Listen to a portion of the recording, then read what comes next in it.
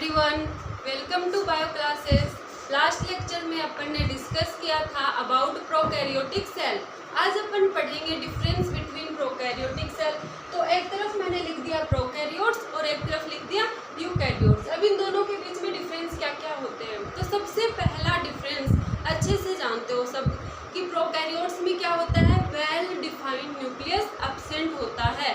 उसमें primitive type का nucleus होता है, वेल डिफाइंड न्यूक्लियस क्या है, एब्सेंट है। और यूकैरियोट्स में क्या होता है, वेल डिफाइंड न्यूक्लियस प्रेजेंट होता है। ठीक है, ये डिफरेंस तो पता है कि जो प्रोकैरियोट्स होते हैं उसमें वेल डिफाइंड न्यूक्लियस एब्सेंट है और यूकैरियोट में वेल डिफाइंड न्यूक्लियस प्रेजेंट है। ठीक है, नेक्स्ट पॉइंट की अपन बात करते हैं कि सेल ऑर्गेनल्स, जितने भी सेल ऑर्गेनल्स हैं, all cell organelles absent in prokaryote except ribosome. Ribosome को छोड़ के जितने भी सेल ऑर्गेनल हैं, सारे के सारे सेल ऑर्गेनल एब्सेंट होते हैं प्रोकैरियोट से। माइटोकॉन्ड्रिया भी एब्सेंट है, प्लास्टिड भी एब्सेंट है, लाइसोसोम भी एब्सेंट है, गोल्जी बॉडी भी एब्सेंट है। ठीक है, जितने भी सेल ऑर्गेनल है सारे के सारे क्या है, एब्सेंट है। बस एकमात्र ऐसा सेल ऑर्गेनल है जो इसमें प्रेजेंट है, वो कौन है, राइबोसोम। ठीक है, इसमें सारे के सारे सेल ऑर्गेनल प्रेजेंट होते हैं, यूकैरियोट में सारे सेल ऑर्गेनल प्रेजेंट होते हैं। देखो, ये राइबोसोम ऐसा सेल ऑर्गेनल है जो प्रोकैरियोट में भी प्रेजेंट है और यूकैरियोट में भी प्रेजेंट है। तो यहाँ से बेटा बहुत बार क्वेश्चन पूछ लिया जाता है कि ऐसे सेल ऑर्गेनल का नाम बताइए जो प्रोकैरियोट और यूकैरियोट दोनों में प्रेजेंट होता है। तो आप क्या बताओगे, राइबोसोम। राइबोसोम प्रोकैरियोट में भी प्रेजेंट है और यूकैरियोट में भी प्रेजेंट है। ठीक है, इसके अलावा जो राइबोसोम होता है ना, प्रोकैरियोट और यूकैरियोट में तो प्रेजेंट है ही है, इसके अलावा ये सेल ऑर्गेनल्स के अंदर भी प्रेजेंट होता है। ठीक है, बात आती है कि सेल ऑर्गेनल में प्रेजेंट है तो कौन कौन से सेल ऑर्गेनल में प्रेजेंट है। ठीक है, तो कौन कौन से में, माइटोकॉन्ड्रिया, क्लोरोप्लास्ट और एंडोप्लाज्मिक रेटिकुलम। कौन कौन से सेल ऑर्गेनल में प्रेजेंट है, mitochondria, chloroplast and endoplasmic reticulum. Endoplasmic reticulum में भी ये रफ एंडोप्लाज्मिक रेटिकुलम में प्रेजेंट होता है। ठीक है, आगे बात करते हैं कि जो राइबोसोम होता है प्रोकैरियोट में वो 70S टाइप का है। राइबोसोम तो है लेकिन 70S टाइप का, और यूकैरियोट में जो राइबोसोम है वो कौन सा है, 80S टाइप का। तो यहाँ पे डिफरेंस हो गया ना, राइबोसोम तो दोनों में प्रेजेंट है लेकिन प्रोकैरियोट में 70S टाइप का और यूकैरियोट में 80S टाइप का है। ठीक है, नेक्स्ट अपन बात करते हैं प्रोकैरियोट के अंदर जो रेस्पिरेटरी एंजाइम्स होते हैं वो मीजोजोम में प्रेजेंट होते हैं। मीजोजोम, अब मैंने बताया था कि मीजोजोम क्या होती है, इनफोल्डिंग ऑफ सेल मेम्ब्रेन। ठीक है, तो अपन बोल सकते हैं कि रेस्पिरेशन कहाँ पे होगा, मीजोजोम में, और यूकैरियोट में रेस्पिरेशन कहाँ पे होगा, माइटोकॉन्ड्रिया में। तो रेस्पिरेटरी एंजाइम कहाँ प्रेजेंट है, माइटोकॉन्ड्रिया में। नेक्स्ट, यहाँ से भी क्वेश्चन पूछा जाता है बहुत बार कि ट्रांसक्रिप्शन एंड ट्रांसलेशन कहाँ पे होता है प्रोकैरियोट में। दोनों ही कहाँ होगा, साइटोप्लाज्म में। प्रोकैरियोट में ट्रांसक्रिप्शन भी साइटोप्लाज्म में होगा और ट्रांसलेशन भी साइटोप्लाज्म में होगा। क्यों, क्योंकि प्रोकैरियोट में न्यूक्लियस ही नहीं है तो उसका डीएनए उसका जो डीएनए है वो न्यूक्लियस में नहीं प्रेजेंट होता, वो साइटोप्लाज्म में ही प्रेजेंट होता है। तो ट्रांसक्रिप्शन कहाँ पे होगा, साइटोप्लाज्म में, और ट्रांसलेशन कहाँ पे होगा, साइटोप्लाज्म में। लेकिन यूकैरियोट में तो न्यूक्लियस प्रेजेंट है, यूकैरियोट में तो न्यूक्लियस है, इसलिए ट्रांसक्रिप्शन डीएनए से एमआरएनए कहाँ बनेगा, ट्रांसक्रिप्शन कहाँ पे होगा, न्यूक्लियस में। लेकिन ट्रांसलेशन कहाँ पे होगा, साइटोप्लाज्म में। ट्रांसलेशन कहाँ पे होगा, साइटोप्लाज्म में। तो इस पॉइंट को बेटा ध्यान रख लेना। और एक इस पॉइंट को, ये मोस्ट इंपॉर्टेंट पॉइंट है, बार बार पूछे जाते हैं एग्जाम में। नेक्स्ट डिफरेंस है less amount of DNA. Prokaryotes में डीएनए का अमाउंट कम होता है और यूकैरियोट में डीएनए का अमाउंट ज्यादा होता है। नेक्स्ट है स्ट्रीमिंग मूवमेंट नॉट शो। इसका जो साइटोप्लाज्म होता है प्रोकैरियोट का, उसमें स्ट्रीमिंग मूवमेंट नहीं होती, स्ट्रीमिंग मूवमेंट शो नहीं होती। लेकिन यूकैरियोट के साइटोप्लाज्म में स्ट्रीमिंग मूवमेंट प्रेजेंट होती है, स्ट्रीमिंग मूवमेंट प्रेजेंट होती है। ठीक है, आगे बात समझ में। इसके अलावा इसके एग्जाम्पल्स की बात कर लेते हैं अपन। प्रोकैरियोट्स के एग्जाम्पल होते हैं bacteria, blue green algae, mycoplasma, PPLO। ठीक है, और यूकैरियोट्स में तो कौन आके, प्रोटिस्टा आ जाएंगे। ठीक है, फंगी आ जाएंगे, प्लांट आ जाएंगे, एनिमल्स आ जाएंगे, ठीक है। वो सारे किसके एग्जाम्पल हो जाएंगे? यूकैरियोट्स के। बैक्टीरिया, ब्लू ग्रीन एल्गी वगैरह किसके एग्जाम्पल हो जाएंगे? प्रोकैरियोट्स के, ठीक है। नेक्स्ट अपन बात करते हैं प्लांट सेल और एनिमल सेल में डिफरेंस की, ठीक है। प्लांट सेल और एनिमल सेल में क्या क्या डिफरेंस होते हैं? Difference between plant cell and animal cells. तो सबसे जाना माना डिफरेंस जो अपन बचपन से पढ़ते आ रहे हैं, प्लांट सेल में सेल वॉल प्रेजेंट होती है। Cell wall present in plant cell, लेकिन एनिमल सेल में सेल वॉल एब्सेंट होती है। बचपन से यही पढ़ते आ रहे हैं कि प्लांट सेल में तो सेल वॉल प्रेजेंट होती है और एनिमल सेल में सेल वॉल एब्सेंट होती है, ठीक है।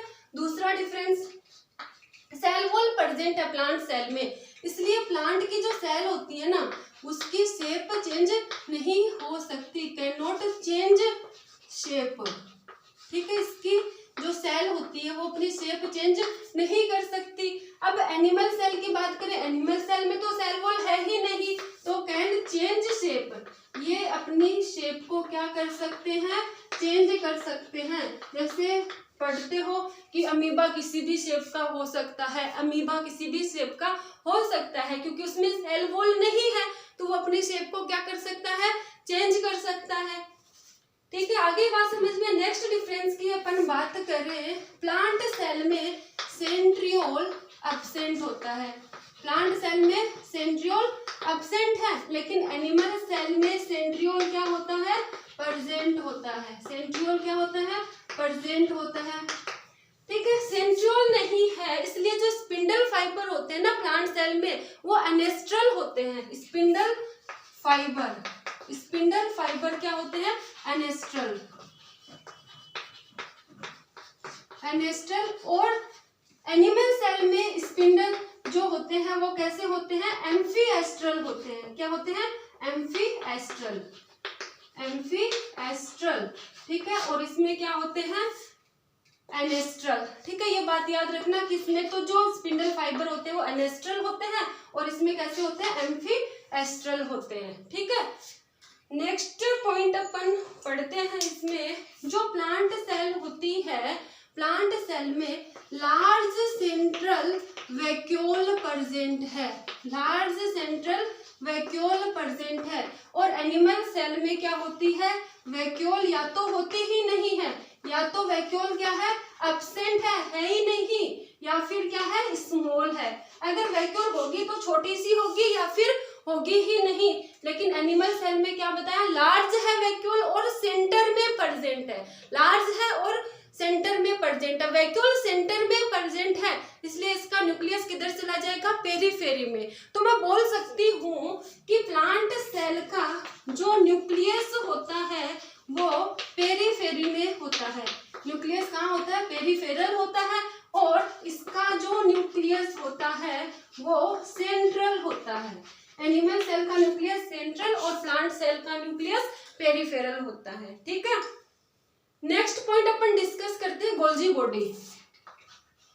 गोल्जी बॉडी जो होता है ना वो डिस्टिंक्ट यूनिट की फॉर्म में होता है, डिस्टिंक्ट यूनिट की फॉर्म में होता है, जिसको डिक्टियोसोम बोल दिया जाता है। क्या बोल दिया जाता है? डिक्टियोसोम। किसमें? प्लांट सेल में। तो बहुत बार क्वेश्चन पूछा जाता है कि डिक्टियोसोम किसमें प्रेजेंट होता है, तो क्या बताओगे? प्लांट सेल में। और डिक्टियोसोम होता क्या है, तो क्या बताओगे? Golgi body. डिक्टियोसोम क्या होता है? Golgi body. और किसमें प्रेजेंट होता है? प्लांट सेल में, ठीक है। और इसमें क्या होता है? सिंगल यूनिट में होता है, ठीक है। सिंगल यूनिट में प्रेजेंट होता है गोल्जी बॉडी। और इसमें गोल्जी बॉडी क्या होता है? डिस्टिंक्ट यूनिट में, जिसको क्या बोल दिया जाता है? डिक्टियोसोम, ठीक है। आगे इतनी बात समझ में।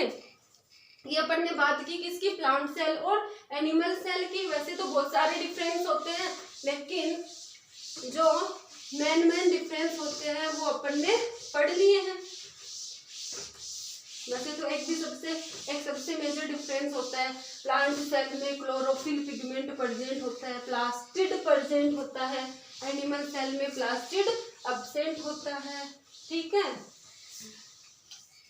अब अपन बात करेंगे किसकी, सेल वॉल की। अब अपन पढ़ेंगे किसके बारे में, सेल वॉल के बारे में। तो ये सेल वॉल क्या होती है, व्हाट इज सेल वॉल, बताऊंगी मैं तुम्हें क्या होती है cell wall.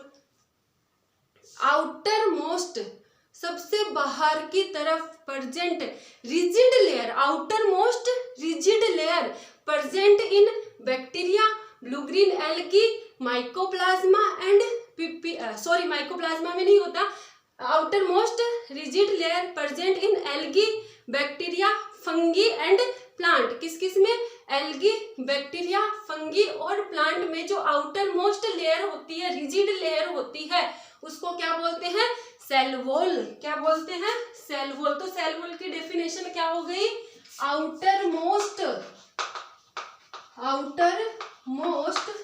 Rigid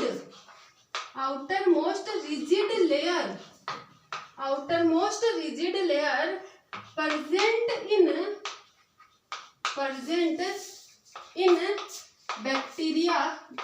in bacteria, algae,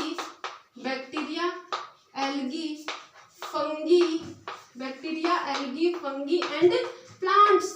किस किस में बताया मैंने, बैक्टीरिया, एल्गी, फंगी और प्लांट में जो आउटर मोस्ट लेयर होती है वो क्या होती है, सेल वॉल। प्लांट सेल में सेल वॉल एब्सेंट होती है, माइकोप्लाज्मा में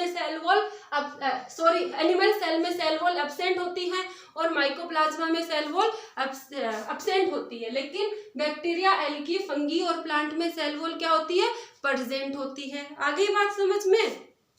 अब अपन बात करते हैं कि देखो अलग अलग ऑर्गेनिज्म के नाम लिख दिए मैंने, बैक्टीरिया का लिख दिया, एल्गी का लिख दिया, फंगी का लिख दिया और प्लांट्स का लिख दिया, ठीक है।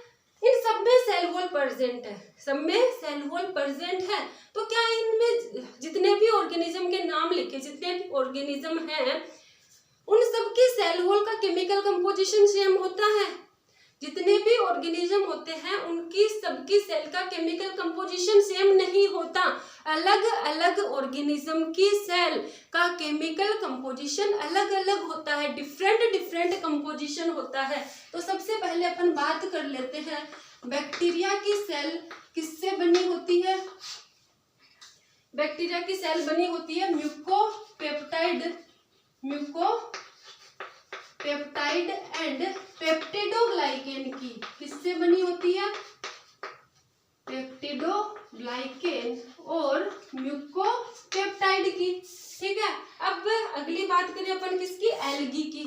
किसकी, एल्गी की जो सेल वॉल होती है वो बनी होती है किससे, गैलेक्टेंस मैनेन्स, सेलुलोज कुछ अमाउंट में क्या होता है, सेलुलोज एंड कैल्शियम कार्बोनेट, और क्या होता है, कैल्शियम कार्बोनेट। तो क्या एल्गी की सेल वॉल किससे होती है, बनी होती है, गैलेक्टेंस, मैनेज, सेलुलोज, कैल्शियम कार्बोनेट से बनी होती है। तो ये क्वेश्चन आ जाता है कि which of the following component is not present in algae. तो ये ऑप्शन में दे देंगे 3 और एक ऑप्शन अलग से दे देंगे, ठीक है। तो तुम क्या बताओगे, याद रखोगे कि गैलेक्टेंस, मैनेज, सेलुलोज और कैल्शियम कार्बोनेट से बनी होती है एल्गी की सेल वॉल। फिर अपन बात करते हैं फंगी की जो सेल वॉल होती है वो बनी होती है काइटिन की। किससे बनी होती है, काइटिन। किससे बनी होती है, काइटिन से। फिर अपन बात करते हैं प्लांट सेल की। प्लांट सेल का तो सबको पता है किससे बनती है, प्लांट सेल का केमिकल कंपोजिशन क्या होता है, सेलुलोज। क्या होता है, सेलुलोज, ठीक है। मेनली क्या होता है, सेलुलोज के अलावा हेमीसेलुलोज, पेक्टिन भी प्रेजेंट होते हैं। हेमीसेलुलोज, पेक्टिन भी प्रेजेंट होते हैं सेलुलोज के अलावा, लेकिन मेनली किससे बनी होती है, सेलुलोज से बनी होती है। तो मैंने क्या बताया, अलग अलग ऑर्गेनिज्म की जो सेल वॉल होती है वो अलग अलग केमिकल से बनी होती है। अलग अलग ऑर्गेनिज्म की सेल वॉल अलग अलग केमिकल से बनी है। कौन से की किससे बनी है ये मैंने बताया। नेक्स्ट अपन बात करेंगे structure of cell wall, cell wall की स्ट्रक्चर कैसी होती है, स्ट्रक्चर ऑफ सेल वॉल। तो जो सेल वॉल होती है ना, सेल वॉल 3 लेयर होती है, उसमें कितनी लेयर होती है, 3। और कौन कौन सी होती है,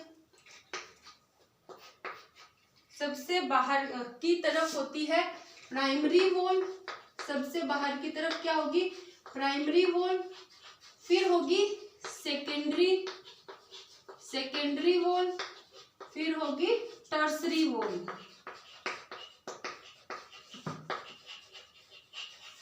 कौन कौन सी बताई, primary wall, secondary wall and tertiary wall, primary wall, secondary wall and tertiary wall. तो जो प्राइमरी वॉल होती है ना, वो सबसे आउटर साइड होती है, कहाँ पे होती है, सबसे आउटर साइड, और थिन होती है और इलास्टिक होती है, आउटर मोस्ट होती है, थिन होती है एंड इलास्टिक होती है। तो प्राइमरी वॉल में मैंने क्या बताया,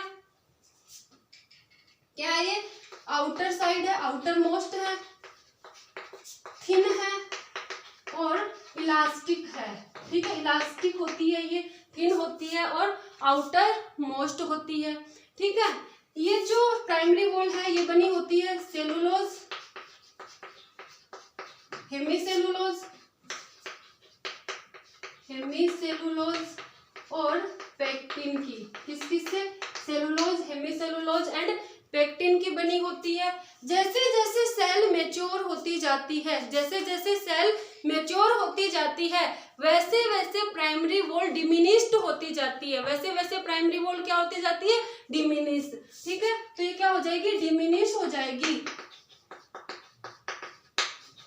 किसके साथ, मैच्योरिटी के साथ। जैसे जैसे सेल मैच्योर होगी ये वॉल क्या हो जाएगी, डिमिनिश होती जाएगी, कम होती जाएगी। ये इसमें होती है ग्रोथ करने की कैपेसिटी, कैपेबल ऑफ ग्रोथ, ठीक है, ग्रोथ करने में क्या होती है, ये कैपेबल होती है। तो ये बात की अपने प्राइमरी वॉल की। अब बात करते हैं सेकेंडरी वॉल की। सेकेंडरी वॉल जो होती है वो 3 लेयर में होती है, इसकी 3 लेयर होती है, S1, S2 and S3, S1, S2 and S3, ठीक है। S3 सबसे अंदर, फिर S2 और फिर सबसे बाहर S1, मतलब प्राइमरी वॉल के पास में S1 होगी और सेल मेम्ब्रेन की तरफ क्या होगी, S3 होगी, ठीक है। ये जो होती है ये थिक होती है और रिजिड होती है, थिक होती है और रिजिड होती है। सेकेंडरी वॉल क्या है, थिक है और रिजिड है। ये भी बनी होती है सेलुलोज, हेमीसेलुलोज एंड पेक्टिन, किससे, सेलुलोज, हेमीसेलुलोज एंड पेक्टिन से बनी होगी। इसका एक इम्पोर्टेंट पॉइंट होता है सेकेंडरी वॉल का कि ये मेरिस्टेमेटिक सेल में, मेरिस्टेमेटिक सेल जो होती है उन सेल में ये सेल वॉल क्या होती है, अब्सेंट होती है। Secondary wall absent in meristematic cell. तो यहाँ से क्वेश्चन बनता है कि मेरिस्टेमेटिक सेल में कौन सी वॉल अब्सेंट होती है, तो क्या बताओगे, सेकेंडरी वॉल। या फिर ऐसे पूछ सकता है कि सेकेंडरी वॉल कौन सी सेल में अब्सेंट होती है, तो क्या बताओगे, मेरिस्टेमेटिक सेल में सेकेंडरी वॉल अब्सेंट होती है, ठीक है। अब अपन बात करते हैं टर्सरी वॉल की। ये जो टर्सरी वॉल है ये सिर्फ और सिर्फ ट्रैकिड्स ऑफ जिम्नोस्पर्म में प्रेजेंट होती है, प्रेजेंट ओनली इन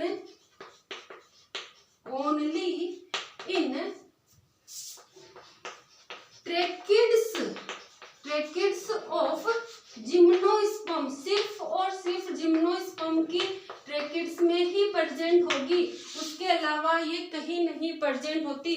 तो ये भी क्वेश्चन बनता है कि जिम्नोस्पर्म की ट्रैकिड्स में क्या कौन सी लेयर प्रेजेंट होती है, तो आप क्या बताओगे, टर्सरी वॉल। क्या बताओगे, टर्सरी वॉल। तो मैंने क्या बताया, सेल वॉल की 3 layer, primary, secondary and tertiary. Primary outer most है, थिन है, इलास्टिक है, सेलुलोज, हेमीसेलुलोज, पेक्टिन की बनी है, डिमिनिश्ड हो जाती है, मैच्योरिटी के टाइम पे कैपेबल ऑफ ग्रोथ होती है। सेकेंडरी जो होती है वो 3 लेयर में होती है, S1, S2 और S3, थिक होती है, रिजिड होती है, इससे बनी होती है, मेरिस्टेमेटिक सेल में अब्सेंट होती है। टर्सरी किसमें प्रेजेंट होती है, present only in tracheids of gymnosperm, present only in tracheids of gymnosperm.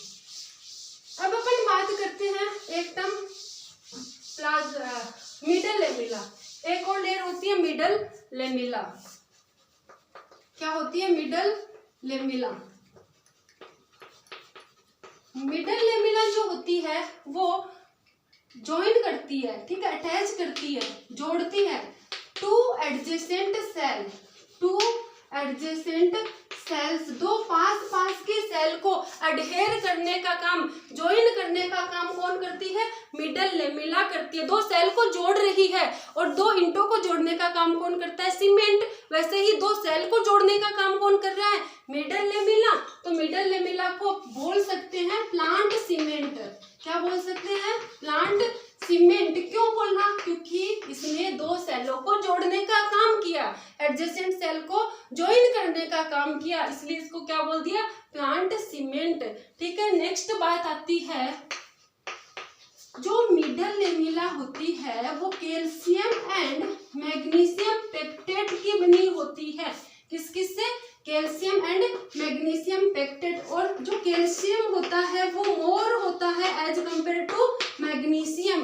Calcium magnesium के कंपेयर में क्या है? ज्यादा है। कैल्शियम मैग्नीशियम के कंपेयर में क्या होता है? ज्यादा होता है। तो यहाँ से भी क्वेश्चन पूछा गया है बहुत बार कि कैल्शियम और मिडल लेमिला किसकी बनी है? कैल्शियम और मैग्नीशियम पेक्टेट की बनी है। ठीक है, नेक्स्ट टर्म अपन पढ़ते हैं प्लाज्मोडेस्मेटा। क्या पढ़ेंगे? प्लाज्मोडेस्मेटा। प्लाज्मोडेस्मेटा जो टर्म है वो दी गई है स्ट्रासबर्गर के द्वारा। किसने दी थी? स्ट्रासबर्गर ने दी थी प्लाज्मोडेस्मेटा। प्लाज्मोडेस्मेटा क्या होता है? Cytoplasmic connection between two adjacent cell. दो पास पास के सेल के बीच में जो साइटोप्लाज्मिक कनेक्शन होता है उसको क्या बोल देते हैं? प्लाज्मोडेस्मेटा। क्या प्लाज्मोडेस्मेटा किसको बोलते हैं? Cytoplasmic connection, cytoplasmic connection between adjacent cell. Adjacent cells के बीच में जो साइटोप्लाज्मिक कनेक्शन होता है, जो इंटरेक्शन होता है, उसको क्या बोल देते हैं? प्लाज्मोडेस्मेटा। और प्लाज्मोडेस्मेटा के बारे में किसने बताया था? स्ट्रासबर्गर ने। अब अपन बात करते हैं कि सेल के फंक्शन क्या क्या होते हैं। What is function of cell? तो सेल सबसे बाहर की तरफ प्रेजेंट है, आउटर साइड प्रेजेंट है cell wall. What is function of cell wall? Cell wall के क्या क्या फंक्शन है? सेल वॉल सबसे आउटर साइड प्रेजेंट है तो क्या करेगी? प्रोटेक्शन प्रोवाइड करेगी। क्या करेगी? प्रोटेक्शन प्रोवाइड करेगी। जो भी मैकेनिकल जर्क होते हैं, मैकेनिकल जो भी डैमेज होता है सेल को, उससे बचाने का काम करती है। दूसरा क्या करती है? अभी अपन ने पढ़ा था कि प्लांट सेल की एक निश्चित शेप होती है, एक पर्टिकुलर शेप होती है, तो सेल को एक पर्टिकुलर शेप प्रोवाइड करती है कौन? Cell wall. क्या करती है? एक पर्टिकुलर शेप प्रोवाइड करती है किसको? सेल को। एक और फंक्शन क्या है? एक सेल का दूसरी सेल के साथ जो इंटरेक्शन है वो करने में हेल्प करती है। Interaction between two adjacent cell में हेल्प करती है। तो क्या क्या बताया मैंने? एक तो सेल को शेप प्रोवाइड करेगी, जो मैकेनिकल डैमेज है उससे प्रोटेक्शन प्रोवाइड करेगी, दो सेल के बीच में इंटरेक्शन प्रोवाइड करने का काम करती है कौन? Cell wall. ठीक है, तो इतनी बात समझ में आई। अपन ने क्या पढ़ा आज? Difference between prokaryote and eukaryote. उसके बाद में एनिमल सेल और प्लांट सेल में डिफरेंस पढ़ा। उसके बाद में क्या पढ़ा? सेल वॉल के बारे में पढ़ा। ठीक है, अब नेक्स्ट लेक्चर में अपन डिस्कस करेंगे अबाउट सेल मेम्ब्रेन। तब तक के लिए थैंक यू।